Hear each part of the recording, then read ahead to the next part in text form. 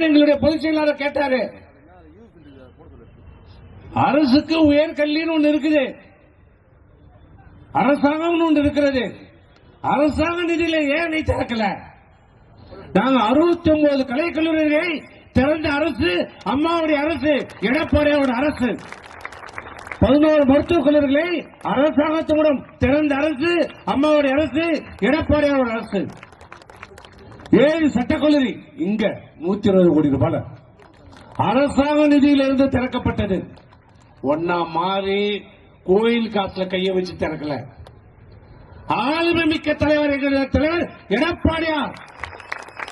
நிர்வாகம் என்றால் என்னவென்று தெரிந்தவர் எங்களுடைய தலைவர். நிதி மேலாண்மையை சிறப்பாக கையாண்ட தலைவர் எங்களுடைய தலைவர் எடப்பாடியார். உனக்கு ஆளுமைனா என்னன்னு தெரியல, நிதினா என்னன்னு தெரியல. நிதினா தெரியும், பணம் தான் தெரியும், அதை வீட்டுக்கு எடுத்துன்னு போறது மட்டும்தான் தெரியும்.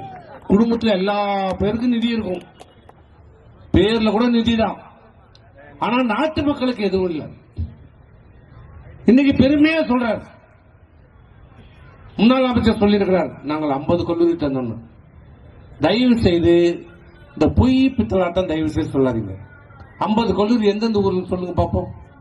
நான் இந்த மேடையில இருந்து கேட்கிறேன், நீங்க 50 கலைக்கல்லூரி திறந்ததா சொல்றீங்களே, இன்னைக்கு சாயந்தரம் நீங்க பட்டியல் போட்டு பத்திரிகையில் கொடுங்க. நாங்க 50 கல்லூரி திறந்திருக்கிறோம் சொல்லுங்க.